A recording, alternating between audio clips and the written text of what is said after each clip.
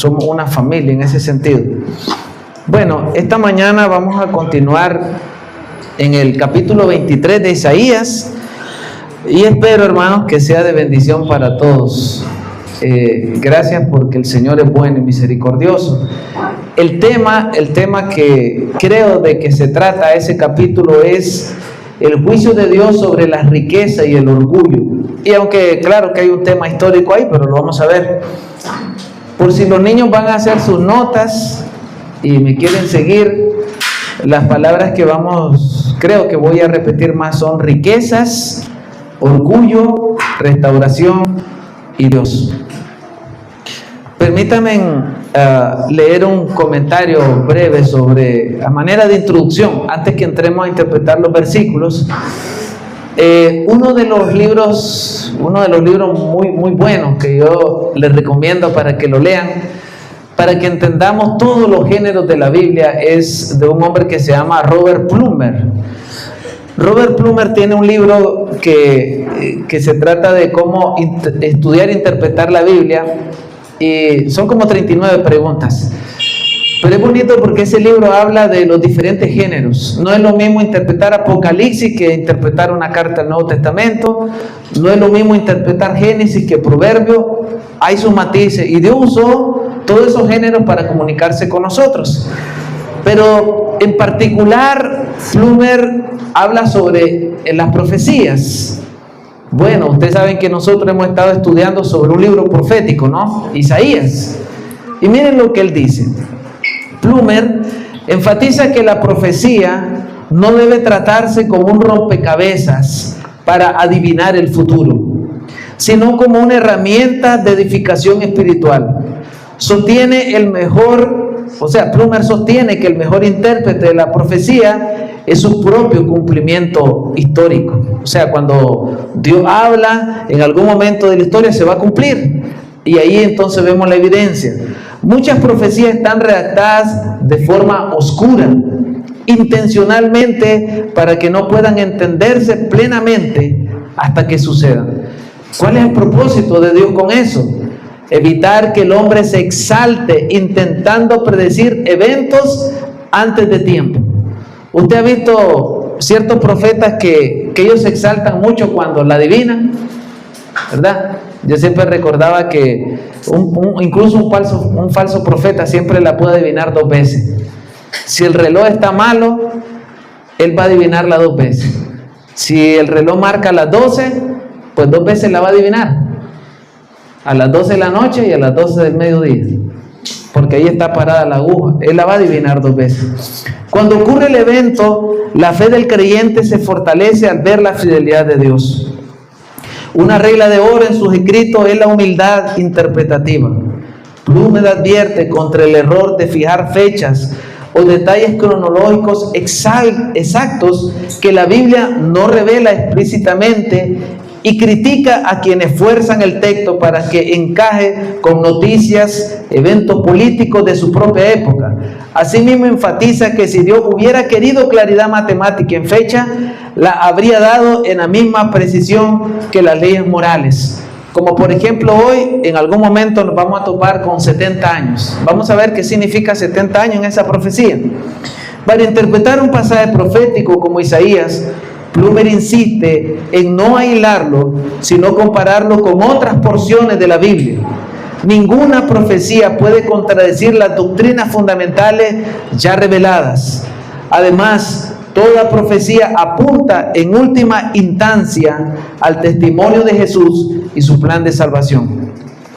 Hermanos y hermanas, personas que nos visitan esta mañana, luego de ese comentario me gustaría animarlos esta mañana a reconocer que la profecía a veces utiliza frecuentemente un lenguaje figurado, incluso poco amigable para nuestros oídos.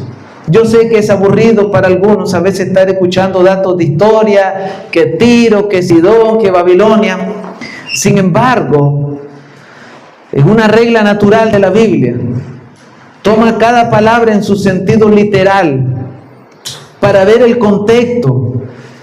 Y si realmente ese contexto histórico que nosotros vemos no tiene ningún mensaje en sí, posiblemente nos esté llevando a un mensaje simbólico de algo que va a suceder en el futuro y que tenga que ver con Cristo.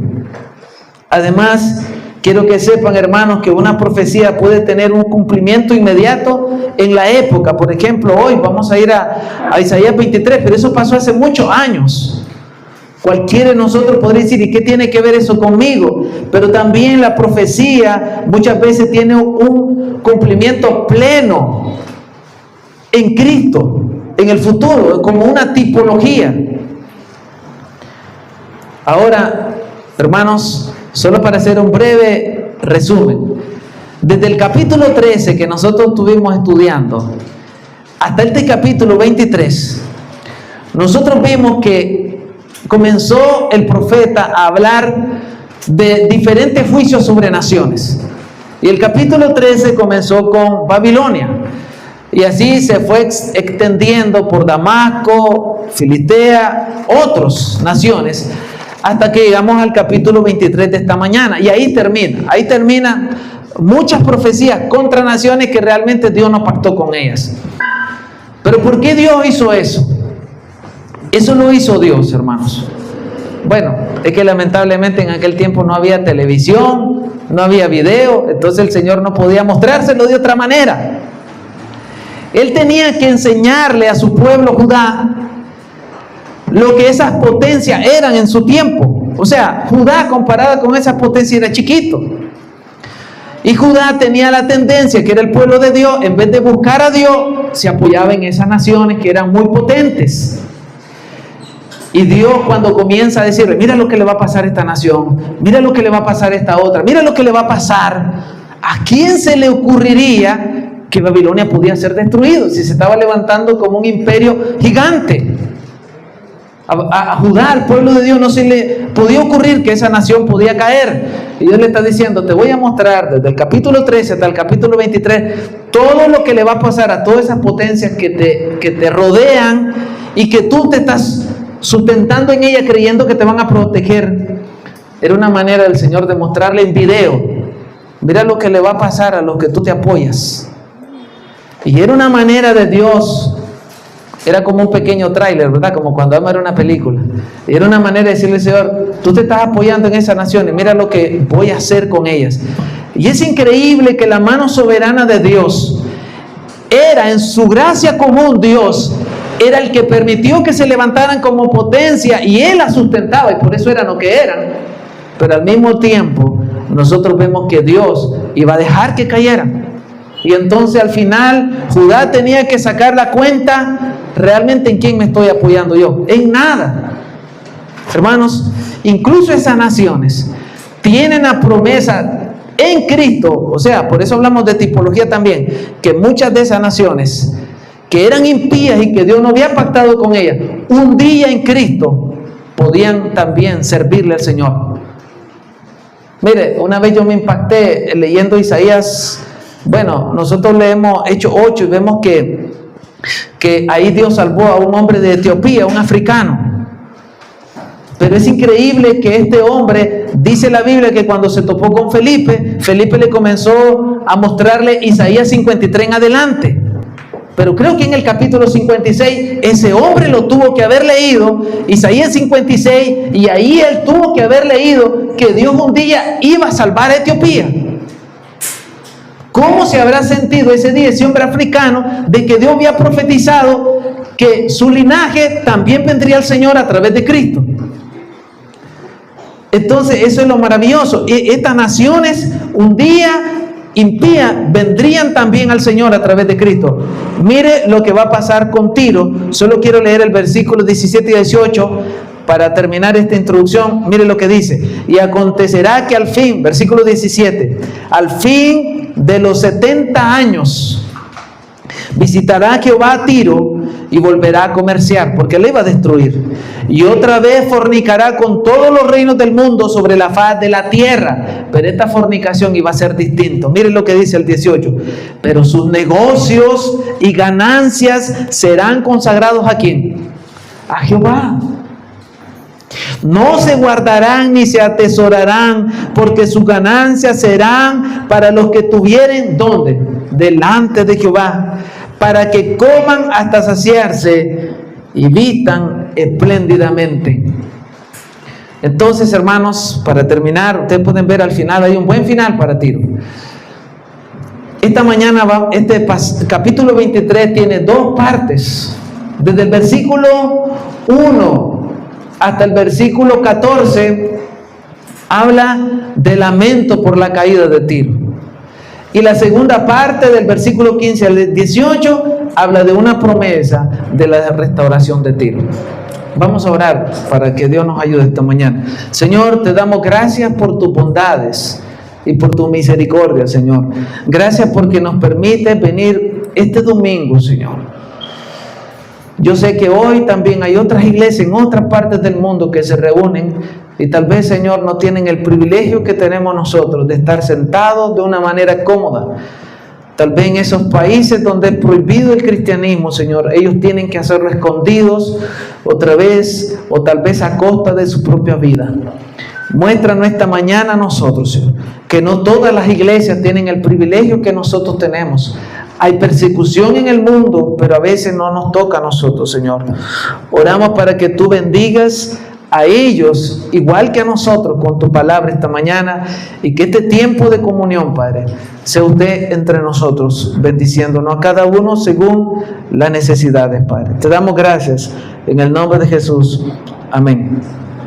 Bueno, no voy a leer todos los versículos para no abrumarlos, pero poco a poco ahí los vamos a ir leyendo. Entonces, hermanos, vamos a comenzar con la primera parte, que es del versículo 1 al 14, que es el lamento sobre la caída de Tiro. Bueno, quiero comenzar, versículo 1 dice, profecía sobre Tiro. Mire lo que dice: aullad, naves de Tarsis, porque destruida es Tiro hasta no quedar casa, ni a dónde entrar, desde la tierra de Quitín les es revelado. Quiero decirle algo.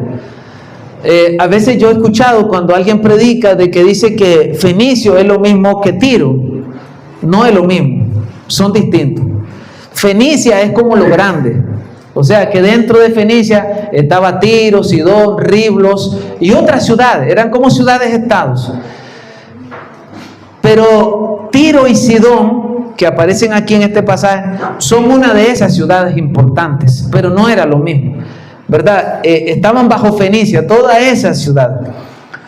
Eso, tranquilo, hermano, eso no lo tienen que memorizar, eso es aburrido para ustedes, eso no es importante para ustedes, no se lo tienen que memorizar, solo vamos a ver por qué el Señor dejó eso.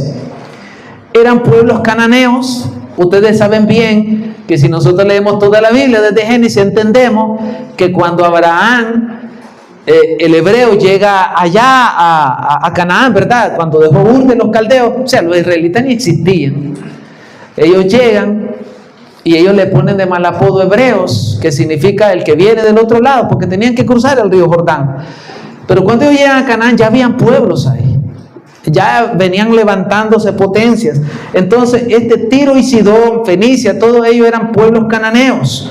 Aquí si usted puede ver el versículo 11, el profeta lo dice: extendió su mano sobre el mar, hizo temblar los reinos. Jehová mandó respecto a Canaán, pero Canaán es el mismo Tiro. Es una manera de decirle que sus fortalezas sean destruidas. Ellos habitaron antes de Israel, aún en esa época ya tenían territorios. Hoy en día, si nosotros quisiéramos ubicar ese lugar, es el Líbano. El Líbano todavía existe en el Medio Oriente. Ellos eran, por decirle en aquel tiempo, eran como el ombligo de la economía en aquel tiempo. Fenicia era el ombligo de Canaán. E incluso Egipto tenía que pasar por ellos, porque ellos tenían los puertos, todo el Mediterráneo. Entonces, cada ciudad, ¿verdad?, era afectada si Tiro caía, o si Sidón caía, todos los pueblos eran afectados. ¿Sabe? Por ejemplo, nosotros hoy en día vivimos en un mundo globalizado, ustedes saben bien. Nosotros podemos decir: a mí qué me importa lo que esté pasando en Siria y en Israel y con Estados Unidos. Bueno, te va a importar cuando vea que si tiene carro, que va a tener que pagar más cara la gasolina. Nos afecta a todos. Si se pone cara la gasolina, pues la comida se pone más cara.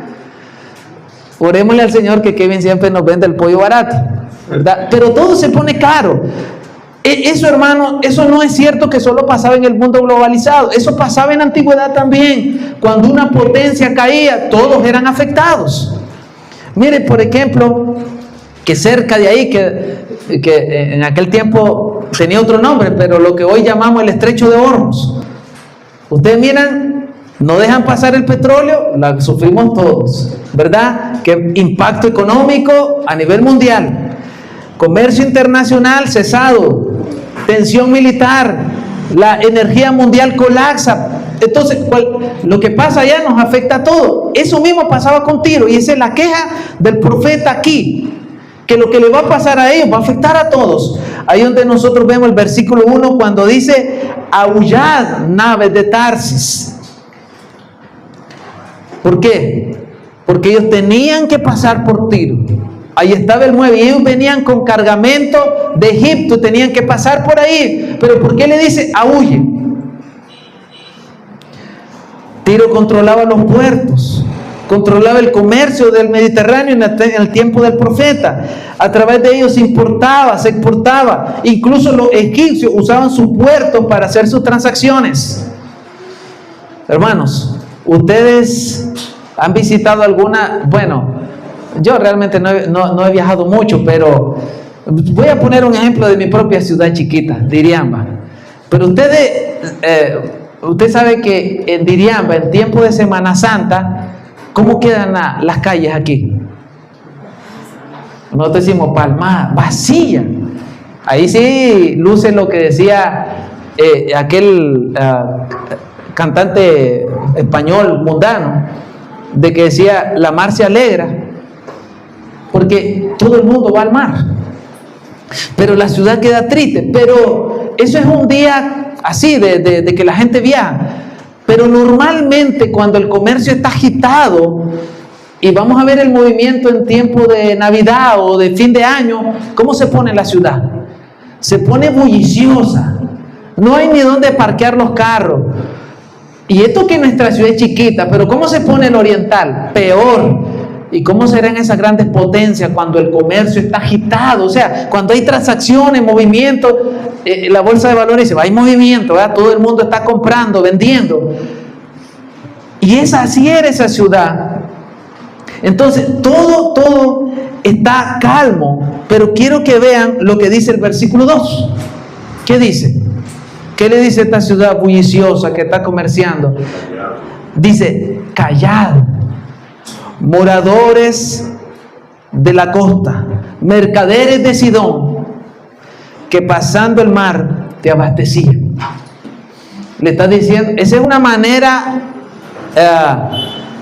poética, ¿no?, de decirle: su comercio se va a acabar, va a haber silencio, ya no va a haber esas grandes transacciones, ya no va a haber tantos comercios. Yo recuerdo, usted sabe que yo en algún momento de mi vida también yo he tenido problemas como cualquier otro cristiano, y recuerdo cuando me dieron un tiempo de vacaciones aquí en la iglesia para que cuidara un poco más mi vida, y me pusieron a un hermano venezolano para que me diera seguimiento. Y recuerdo que él, tuvimos muchas reuniones así como hermanos, y él decía, yo le decía: hermano, ¿cómo están ustedes? Y decía: no tan bien, hermano Luis. Y fue triste, nunca le pudimos ayudar con una ofrenda, porque varias veces me pidieron, nunca le pude ayudar. Pero yo recuerdo que él dice: usted viera que antes yo usaba los iPhone, los BlackBerry, los carros de lujo, los tirábamos. Tuvimos una gloria tremenda. Y ahora, él me enseñaba su celularcito. Ahora mire, esta es una maravilla aquí ahora. Ahora todo está desabastecido. Y ese es cuando Dios le dice a una nación: calla, baja todo, su economía. Un silencio total. El profeta está usando de manera poética que Sidón ya no tendrá hijos. Mire, por ejemplo, va a ser el versículo, dice, bueno, hablando de otras naciones que comerciaban con ellos, dice, versículo 3, su provisión procedía de las sementeras que crecen con las muchas aguas del Nilo. Nilo pasaba por ahí Egipto, de la miel del río, fue también emporio de las naciones. O sea, todas las naciones ahí pasaban y se enriquecían a través de ellos. Pero mire cómo lo dice el profeta de manera artística. 4, avergüénzate, Sidón, porque el mar, la fortaleza del mar, habló diciendo. ¿Habla el mar? No, es una manera de decirlo. Nunca estuve de parto, ni di a luz, ni crié jóvenes, ni levanté vírgenes. Lo que le está diciendo a él, no te va a quedar descendencia. Ya no vas a seguir siendo la potencia. Ahora Tiro ha caído y muchas ciudades dependían de ella. Dependencia. Usted sabe que eso también le daba cierta identidad a las naciones. Por eso hay un lamento. Vamos al versículo 10. No voy a ir versículo a versículo, hermano. Voy a ir tratándolo. Versículo 10. Pasa cual río de tu tierra, oh hija de Tarsis, porque no tendrás ya más poder. O sea, otras naciones también se debilitarían. Las naves que venían a Tiro, Isaías le está diciendo ahora, regrésense de ahí, ya no sigan comerciando con ellas, dedíquense a otra cosa, porque ya no los muelles no van a ser usados para comerciar con ellas. Ahora le dice a su pueblo, no vayas a Chipre, versículos 13 y 14, mira la tierra de los caldeos, este pueblo no existía. Aquí es una manera que le está mostrando a Tiro, el profeta, lo que le va a pasar. Asiria la fundó para los moradores del desierto, levantaron su fortaleza, edificaron sus palacios, él la convirtió en ruina. Aullad, nave de Tarsis, porque destruida es vuestra fortaleza. ¿Y por qué aquí aparecen ya los caldeos? Porque lo que le está diciendo el profeta a Tiro es, mira la potencia que es Babilonia. Y Dios un día la va a destruir. Y Tiro podría decir, bueno, ¿y eso a mí qué me importa? Bueno, el profeta le dice, ¿sabe qué? Lo mismo que le va a pasar a Babilonia, te va a pasar a ti. Tiro fue destruida varias veces, hermanos, si ustedes buscan la historia. Primero Asiria le restó poder. Luego Babilonia destruyó todas sus ciudades importantes. Luego vinieron los persas y los griegos con Alejandro Magno, que tomó todos los restos de Tiro y construyó un puente hasta la isla y la conquistó. Algo que la mantuvo durante años a Tiro fue que estaba la ciudad en tierra, pero tenían una isla y esa isla es la grande. Y como la isla estaba rodeada de agua, por eso se mantuvo mucho tiempo en historia. Pero ¿sabe qué hizo el astuto de Alejandro Magno? Destruyó todas las ciudades grandes y agarró todos los escombros y con esos mismos escombros construyó un puente hasta llegar a la isla. ¿Y sabe qué hizo? La conquistó con sus mismos escombros. Porque la palabra de Dios siempre se tiene que cumplir, cueste lo que cueste, pero se cumple. Ahora, para que no se aburran, una manera de aplicación para nosotros es, pongámonos en los zapatos del profeta. Como que si nosotros fuera Dios enviándonos a dar ese mensaje y estemos profetizando para una nación sumamente importante y fuerte. Es una locura, ¿sí o no? Es como que el Señor mande al hermano Frank a decirle, ve a profetizar a Estados Unidos que se va a acabar. Y diría el hermano Frank, no hermano, eso es locura. Tiene muchos enemigos, pero tal vez está muy fuerte. No va a caer. Bueno, así se miraba Tiro. Así se miraba Babilonia.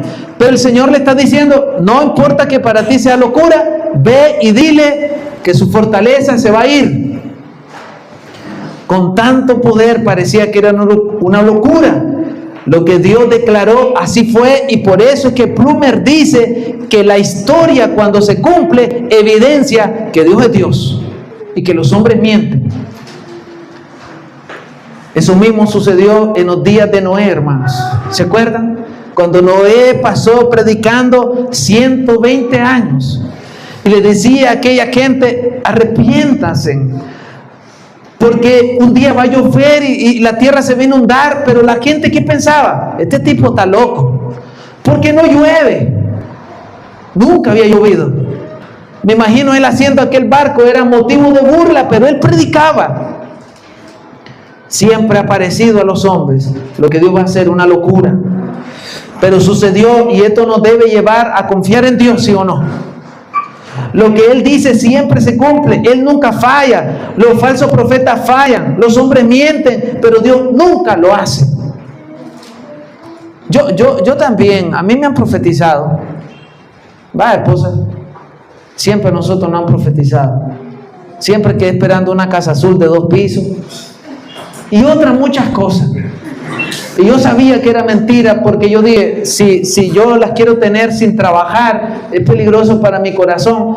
Pero yo sí muchas veces he escuchado, y cuando la gente falla, nunca he visto que sean humildes decir, la verdad que no era Dios, era yo y me equivoqué. No, siempre mienten y siempre dejan mal a Dios y ellos bien. Pero ¿sabe qué? Todo el que falla, incluso yo si predico y fallo, debo retractarme, porque Dios no miente. Cuando Él habla siempre se cumple. Leamos el verso 8. Miren lo que dice. ¿Quién decretó esto sobre Tiro? La que repartía coronas, cuyos negociantes eran príncipes, cuyos mercaderes eran los nobles de la tierra.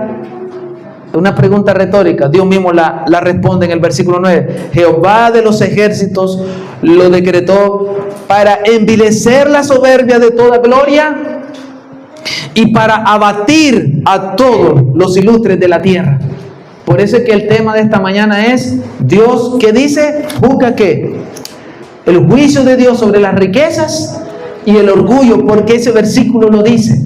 El objetivo de Dios era envilecer toda soberbia, toda gloria de esas potencias, y por supuesto de las potencias son personas que están ahí, que se creen algo, y para abatir a todos los ilustres de la tierra. Esta pregunta es de asombro. Ellos no lo pueden creer, ni siquiera el profeta lo puede creer que esto va a pasar. ¿Sabe, hermano, qué significa la palabra decretar? Hay gente que se atreve a decretar, pero eso es locura. Ningún ser humano tiene derecho ni el poder de decretar. El único que tiene derecho y poder para decretar es Dios. ¿Sabe? Eso en teología se llama el fiat de Dios. Por ejemplo, yo me puedo imaginar que yo quiero tener ciertas cosas, pero yo solo me la imagino, pero no tengo el poder de crearlas, solo me la imagino. Para poderlo obtener tengo que hacer muchas cosas y tienen que confluir muchas providencias de Dios para que yo logre tener lo que quiero. Pero Dios es distinto a nosotros. Dios, cuando se imagina algo, sucede. Porque Él es todo poder. Es el poder de Dios. Y cuando Él decreta, no tiene que esperar una fecha. Él decreta antes que incluso las cosas sucedan. Y por eso que ni siquiera seguro Sidón había nacido como nación, cuando Dios ya había decretado que Sidón iba a caer. Él no tiene necesidad de ver el futuro, porque Él es omnisciente. La respuesta está en Dios mismo. Versículo 9 dice, yo lo hice. Por eso no deberían sorprenderse, hermanos. Ninguno de nosotros debería sorprenderse de Dios. Ustedes pueden ver lo que dice el versículo 9. Dice, la soberbia de toda gloria. ¿Por qué Dios hace eso? Porque Dios no comparte su gloria con nadie. Nadie que quiera ocupar el lugar de Dios se lo puede quitar. Nadie. Aquel que se cree, aquel que ose ostentar tener el lugar de Dios, ¿sabe qué le va a pasar? Y siempre ha pasado, será humillado. Solo Dios puede ser alabado y exaltado, pero el hombre no puede ser alabado y exaltado. Pero el peor asunto es que si el hombre tiene tanto poder y gloria, lamentablemente se corrompe, hermanos. Miren lo que dice el versículo 9. Dios le comenzó a dar poder a estas naciones. Comerciaban, y no hay nada malo en eso, hermano. Aquí Dios no es que esté diciendo que las potencias crezcan es malo, que potencien es malo, que la gente tenga riqueza. Nada de eso es malo. Ustedes lo pueden tener, eso no es malo.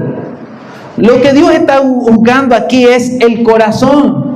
Lamentablemente el hombre, cuando comienza a tener, ¿qué hace?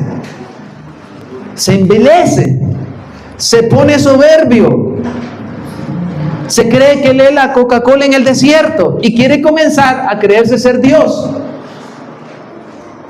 Y aquí, hermanos, ese es realmente el pecado. Y aquí quería compartir un comentario del hermano Miguel Núñez en una clase que él nos dio sobre ética cristiana.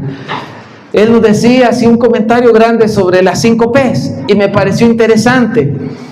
Y él lo decía para ilustrar los ídolos del corazón. Él hablaba de las 5 P's, que estas representan los pilares sobre los cuales el ser humano suele construir su identidad fuera de Dios, convirtiéndose en obstáculo para ser humilde.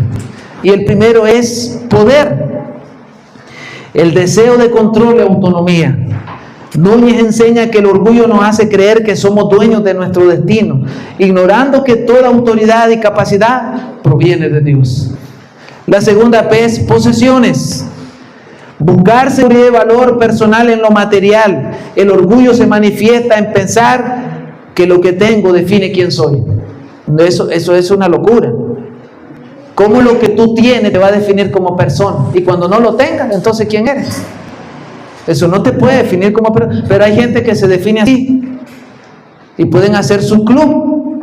O pueden hacer su grupo por afinidad.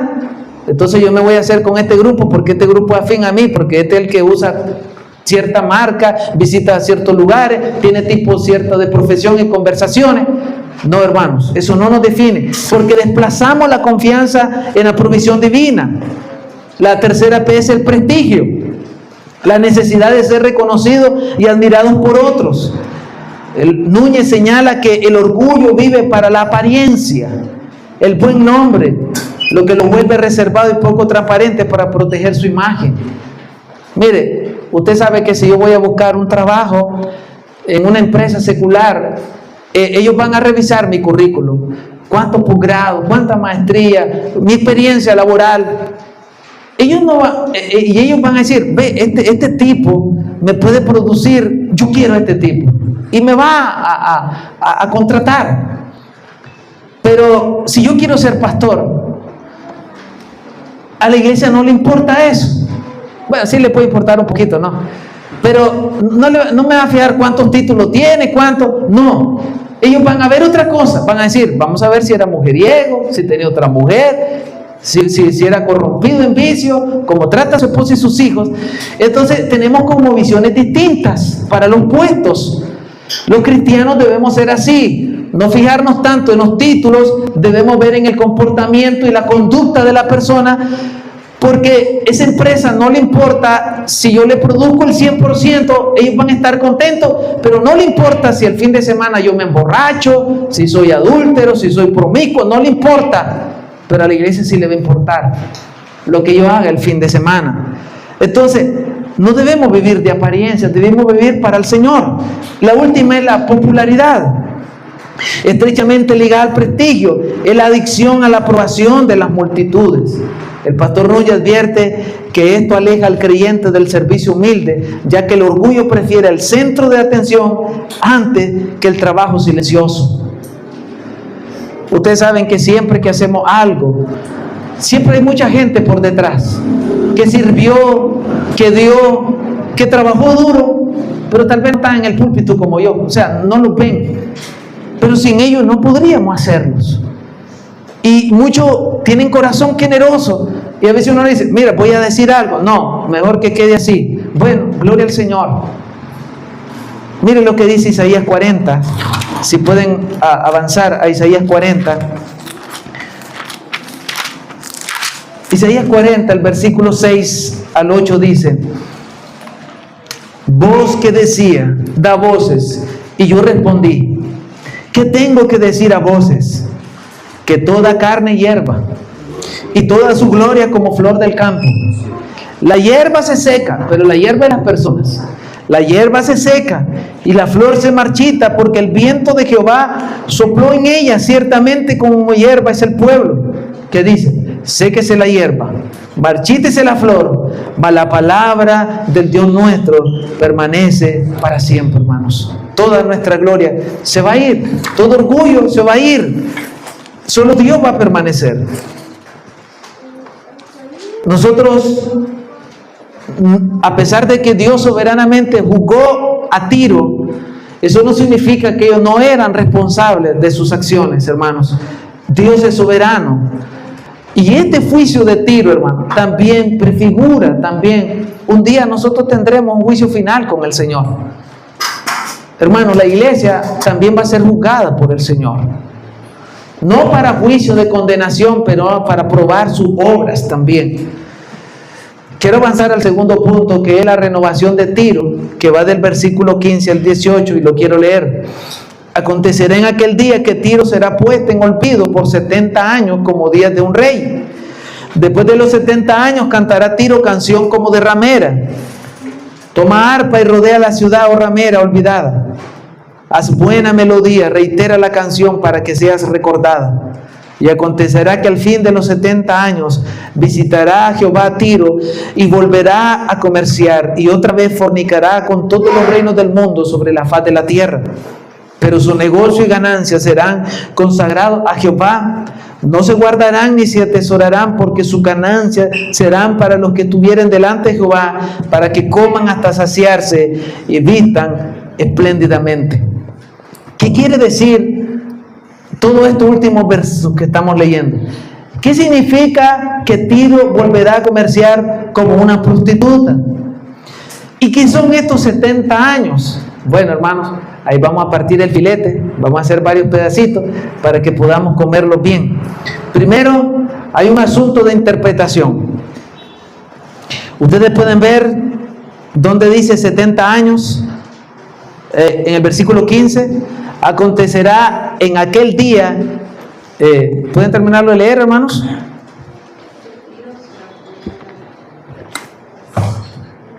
Que Tiro será puesta en olvido por 70 años. Pero mire que usa una palabra, dice, como días de un rey. O sea, sí puede ser que hable de 70 años literales.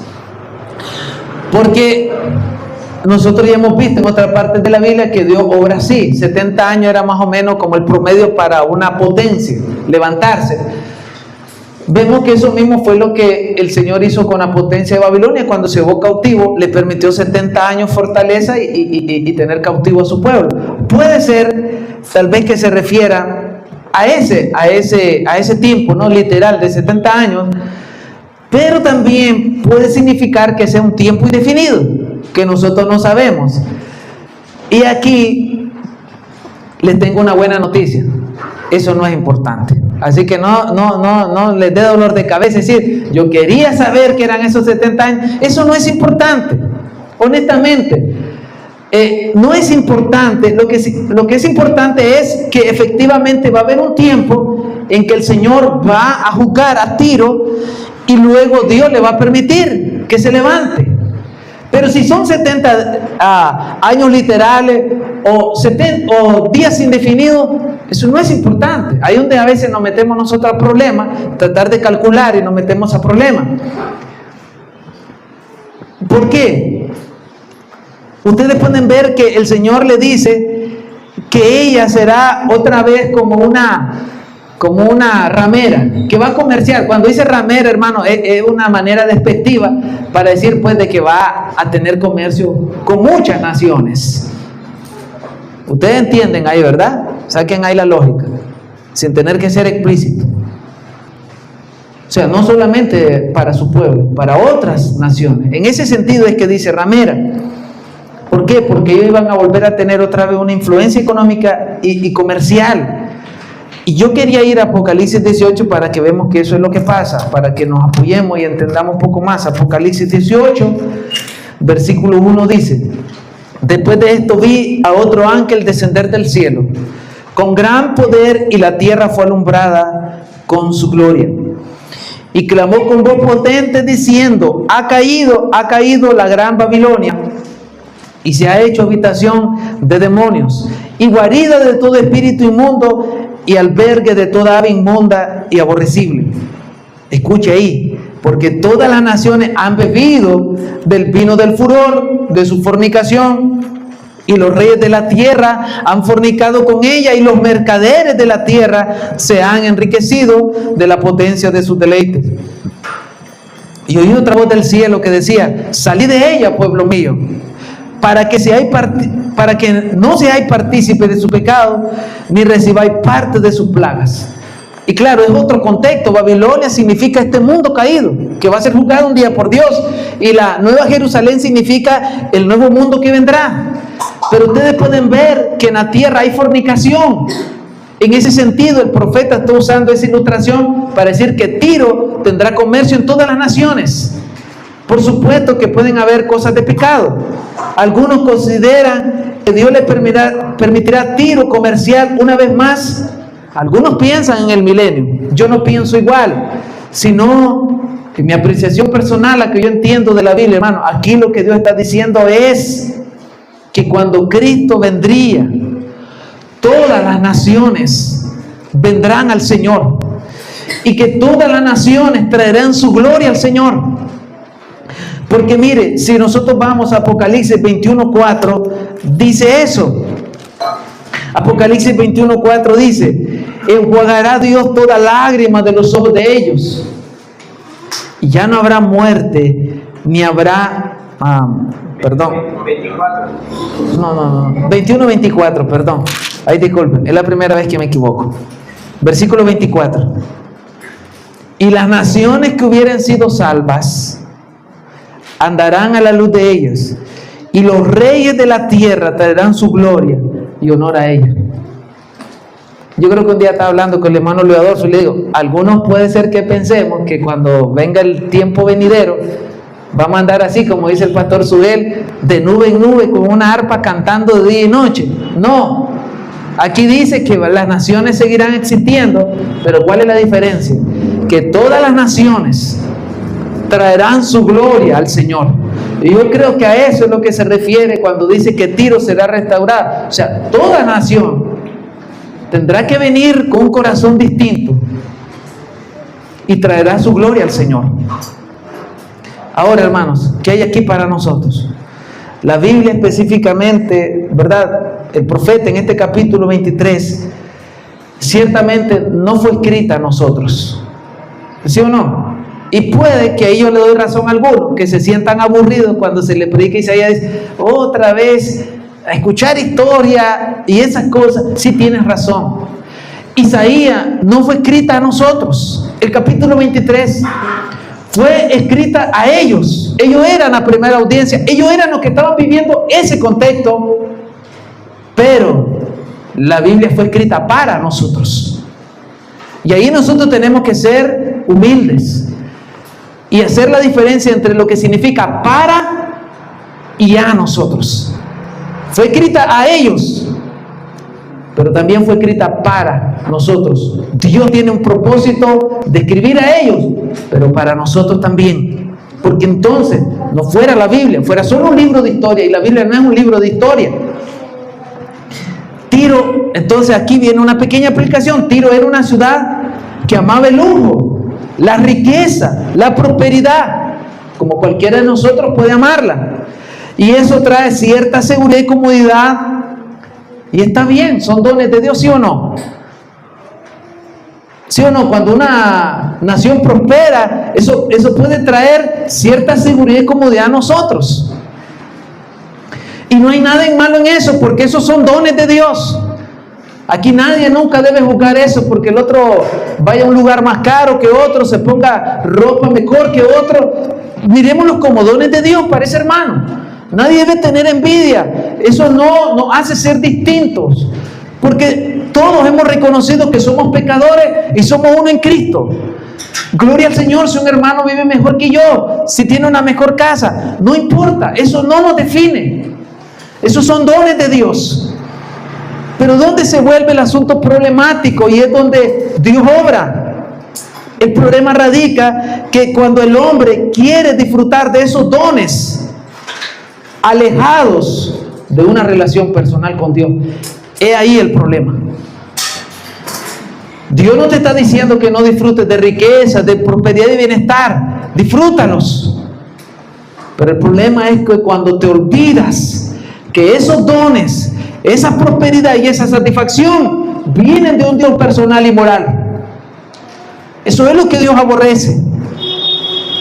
Cuando la gente comienza a envilecerse, a crecer su ego, porque disfrutan placeres, porque pueden ir a todo lugar, porque tienen poder adquisitivo, eso no es el problema. El problema es cuando se olvidan de Dios y se vuelven arrogantes con Dios. Quiero decirte algo, si tú eres así, vas a ser humillado siempre. A Dios no le agrada eso. Porque el hombre lamentablemente es como un chavalito. No le pueden dar poder porque se deprava. No le pueden dar dinero porque le entra la locura. No le pueden dar posesiones porque se cree que es más. Esa es una estupidez, hermanos. Y cuando digo estupidez, es la misma palabra necio. En griego significa imbécil. En griego, lo que pasa es que nosotros no predicamos en griego, predicamos en español. Pero mire, yo quiero que leamos esto para ilustrar Marcos capítulo 10. Y solo Dios puede obrar ahí en Marcos 10, 17. Y eso es bueno para nosotros porque podemos ver que todo tiene solución.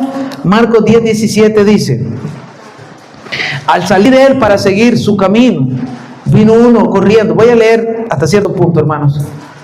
Hincando la rodilla delante de él, le preguntó: maestro bueno, ¿qué haré para heredar la vida eterna? Jesús le dijo: ¿por qué me llamas bueno? Ninguno es bueno sino solo uno, Dios. Los mandamientos sabes: no adulteres, no mates, no hurtes, no digas falso testimonio, no defraudes, honra a tu padre y a tu madre. Él entonces respondiendo le dijo: maestro, todo esto lo he guardado desde mi juventud.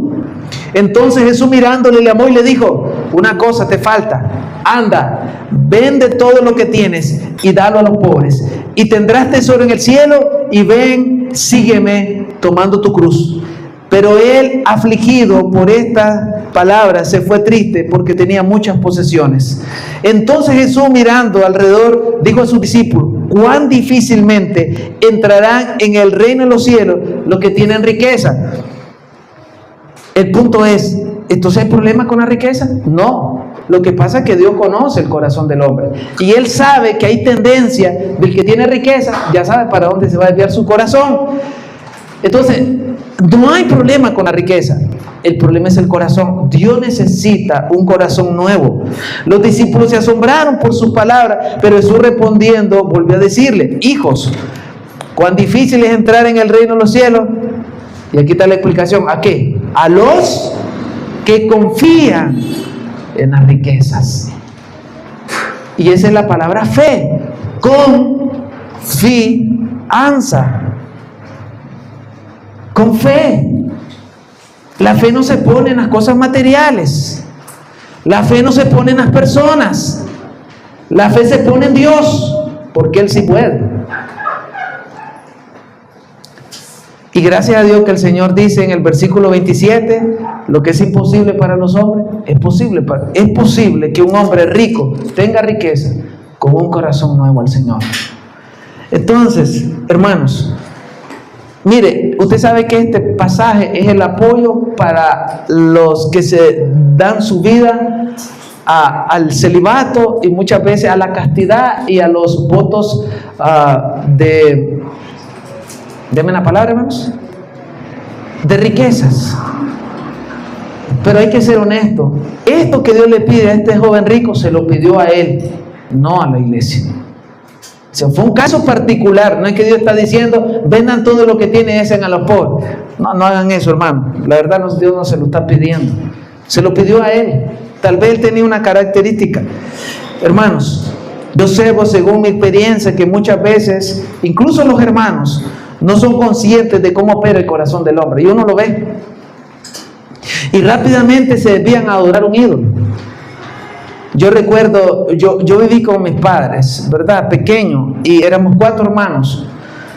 Y nosotros era un pleito por una bicicleta que teníamos. Usted viera esa pobre bicicleta, la desbaratamos. O sea, yo recuerdo que yo anduve con aquellos chores, ya lo he dicho varias veces, a veces ya aburre otra vez con eso, con aquellos chores que uno le ponía aparte. O sea, era todo tan escaso, pero yo me acuerdo que teníamos esa bicicleta y la peleábamos.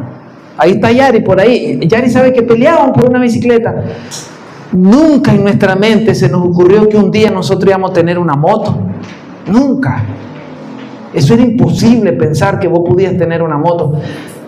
peor que yo tenía mi supercarro. O sea, ustedes lo conocen. Nunca pensé que podía tener un carro. Pero ¿qué es lo que nosotros? O sea, no era una necesidad para nosotros. No había tanto, miren, niños, no había tantos juguetes como ahora. Yo jugué con carritos, con carretas de palitos. Los bueyes eran jícaras de aquel árbol. Todo era inventado. ¿Y sabe qué? A pesar de nuestra pobreza, éramos felices. Pero hoy hay tanta abundancia y el corazón se hincha y quiere más y quiere más. Por eso es que si tú vives bien, me gustaría que visites a los hermanos que vivan mal, para que entienda que no es tu realidad la de todos. Y el hermano que es pobre y no tiene, espero que deje su orgullo y visita a los hermanos que tienen, para que vean que también tu realidad no es la única. Todos somos iglesia. Cada cierto tiempo, ¿verdad?, se nos dañan esas cosas. ¿Sabe? Hace poco, bueno, varias veces se me ha dañado mi supercarro. Hace poco anduve 2 días sin moto. Y ustedes saben que vivo largo. Cuando bajo y subo aquí a subida, ¿me entienden? Ustedes conocen, caliente el sol. Y llego a la casa, siempre mi esposa se ríe porque piensa que yo no quiero caminar. ¿Cómo no? Yo puedo caminar. Jugué fútbol 8 años seguidos, todavía me acuerdo. Pero ¿sabe qué? Siempre le digo a mi esposa 2 cosas. Y cuando voy con Cari, con ella, siempre le digo, es necesario que caminemos de vez en cuando. En primer lugar, porque yo no nací con carro. Y yo creo que es bueno que de vez en cuando se friegue el carro para que yo entienda que yo puedo caminar a pie. ¿Cuál es el problema? Y lo segundo es que siempre cuando se dañan esos carros y no puedo andar y llego a la casa, siempre digo, es bueno que yo camine porque yo tengo que ser humilde. Este carro no me da ninguna identidad, ni esta moto. Pero no quiero que se frieguen sus carros, lo necesitamos, hermano. Eso es una cosa mía. Hermanos, voy a terminar y quiero solo decir a manera de conclusión, mira, unos consejos. En vez de decir esto es mío, porque el tema se hablaba de eso, di siempre esto es del Señor, siempre. Hay una música mundana que dice disfruta la vida, que de arriba del cielo nada cae. Bueno, eso es mentira, porque Santiago 1:17 dice, hermano, no erréis, toda buena dádiva y todo don perfecto, no importa qué inteligente sea y cuántas virtudes tú tengas, todo viene del cielo. Solo eres un administrador y debes reconocerlo. Lo segundo es, no vivas como si hoy fuera el último día, en el sentido de que cuando Dios te dé riqueza y te dé provisión, hermano, sea sabio, no se lo tiene que comer todo. Sea generoso, comparta, como Proverbios 6, como la hormiga. Y quiero animarles, hermanos, yo sé que estoy en la parte final y si los predicadores me juzgan, va a decir, bueno, en conclusión no ande citando pasajes. Bueno, me voy a saltar esa hermenéutica, pero lean conmigo 1 Timoteo 6. Léanlo, 1 Timoteo 6, versículos 17 al 19.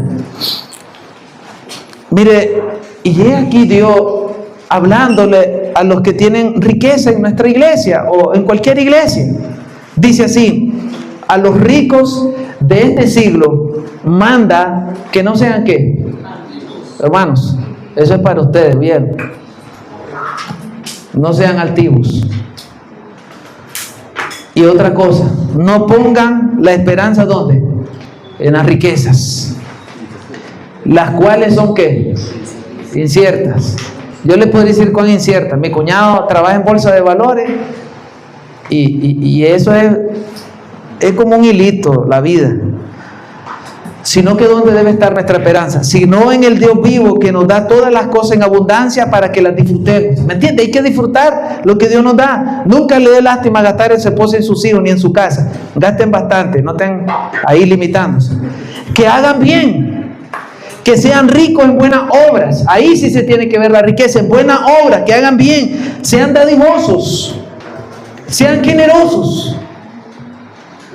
Todos podemos dar. El que recibe más, tiene que dar más. Bueno, eso pienso yo, que así debería ser. Atesorando para el buen fundamento, para lo porvenir, ¿me entiende? Que echen mano de la vida eterna. Bueno, hermano, también para los que a veces no tenemos riquezas, también quiero animarle esta mañana, hermanos, el punto principal es que nuestra esperanza debe ser en el Señor y que nosotros debemos poner nuestra vida en las cosas venideras, en la vida eterna. Pero si hay alguien, hermanos, que tal vez diga, bueno, este mensaje no era para mí porque yo no tengo riqueza, bueno, también tengo un consejo para usted. Filipenses 4, también para los que a veces no poseen riqueza, aclaro que no necesariamente el pobre no es que no sea codicioso, idólatra, también a los pobres le pasa eso. Hay algo que las necesidades no lo pueden quitar y es el gozo de la salvación. Y aquellos pequeños detalles que el mundo aborrece, como la esposa, los hijos, la familia y nuestra relación con Dios, valen mucho. Pero miren lo que dice Filipenses 4:10. En gran manera me gocé en el Señor, de que ya al fin habéis revivido vuestro cuidado a mí, de lo cual también estabais solícito, pero faltaba la oportunidad. 11. No lo digo porque tenga escasez. Hermano, esto se aprende. Pues he aprendido a contentarme, cualquiera que sea mi situación.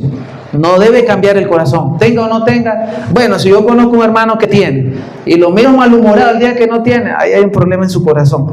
Sé vivir humildemente y sé tener abundancia. En todo y por todo estoy enseñado, así para estar saciado como para tener hambre, así para tener abundancia como para tener necesidad. Hermanos, todo lo puedo en Cristo que me fortalece. Y ese sí es el verdadero contexto, no como el otro le da. Ese contexto es eso, que tú puedes tener el poder en el Señor de tener contentamiento cualquiera que sea tu situación, porque el verdadero gozo no viene de los bienes, sino de nuestra relación con el Señor. Oremos, démosle gracias al Señor. Señor, te damos gracias esta mañana por tu